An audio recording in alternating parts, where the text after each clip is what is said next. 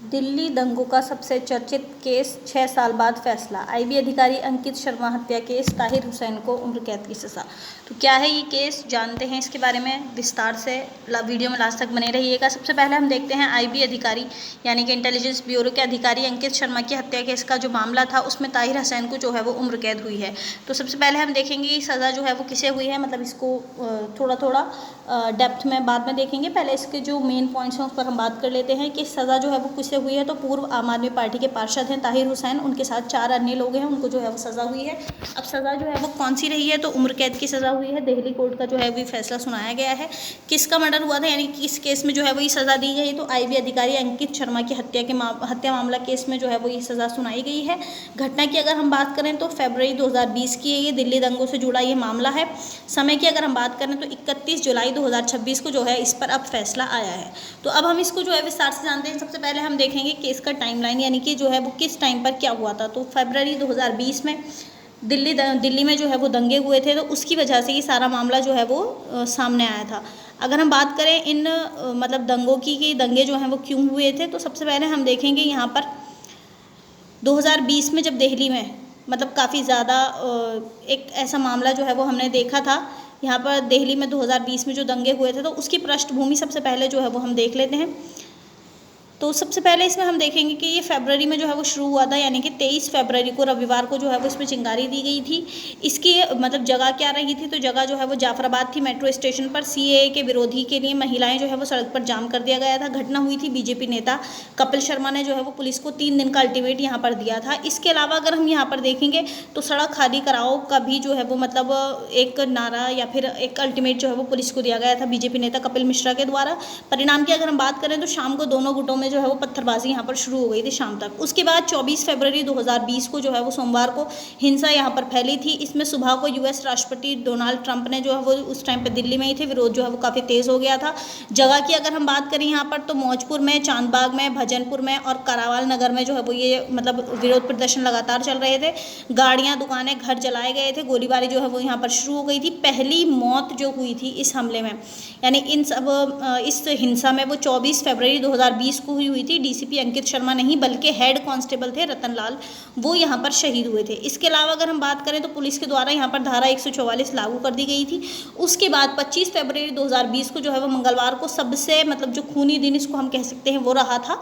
यहाँ पर जो उत्तर पूर्वी इलाके में 10+ ऐसे इलाके थे जिसमें शिव विहार है, खजूरी है, मुस्तफ़ाबाद है, इन सब में जो है वो ये लगातार हमले जो है वो चल रहे थे। इसी के साथ घटना की अगर हम यहाँ पर बात करें जो 25 फेब को हुई थी, तो आईबी अधिकारी अंकित शर्मा का शव जो है वो चांदबाग के नाले में यहाँ पर मिला था। 400+ चोटें जो है उनके शरीर पर देखी गई थी। मस्जिदों के मीनार से भगवा झंडे जो है वो लहराए गए थे। मंदिर में तोड़फोड़ यहाँ पर हुई थी और ताहिर हुसैन के घर की छत से जो है वो पेट्रोल बम और पथराव के वीडियो जो है वो वायरल हुए थे।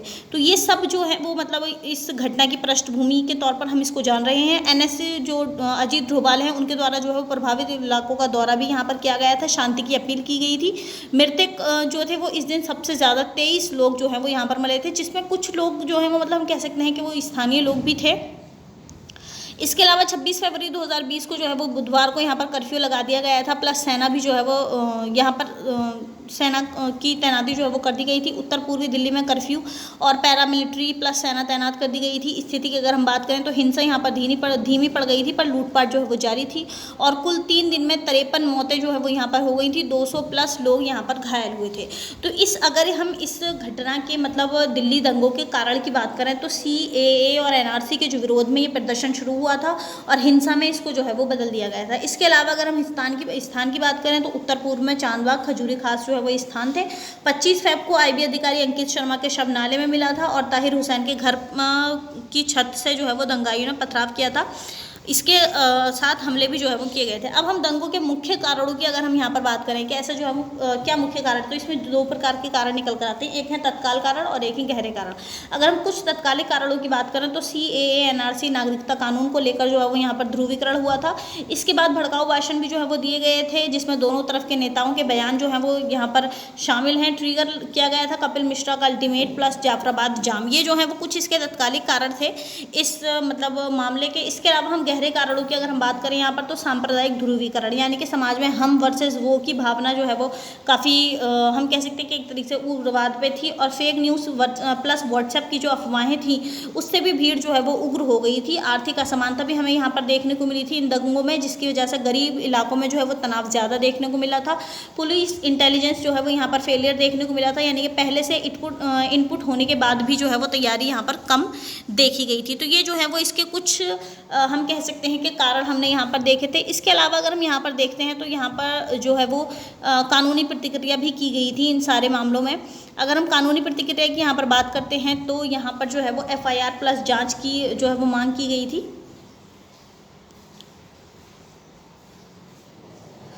FIR जांच की मांग जो है वो यहाँ पर की गई थी, जिसमें दिल्ली पुलिस की स्पेशल सेल ने जो है वो यहाँ पर जांच की थी और चार्जशीट यहाँ पर लगाई गई थी। साजिश प्लस हत्या प्लस दंगा भड़काने के आरोप जो है वो यहाँ पर लगाए गए थे 31 जुलाई 2026 को। अब इसका फैसला जो है वो आया है। कोर्ट ने 5 लोगों को IPC 302 हत्या के IPC 302 के तहत जो है वो हत्या में उम्र कैद की सज़ा यहाँ पर दी है। इसके अलावा अगर हम इसका मतलब विश्लेषण करें इस खबर का या फिर इस मामले के बारे में, तो हम सबसे पहले देखेंगे यहाँ पर राज्य का दायित्व, यानी कि कुछ कानूनी व्यवस्था के पहलू निकल कर आते हैं, जिसमें राज्य के दायित्व की अगर हम बात करें तो आर्टिकल 21 के अंतर्गत जीवन के अधिकार बचाना जो है वो राज्य का दायित्व है।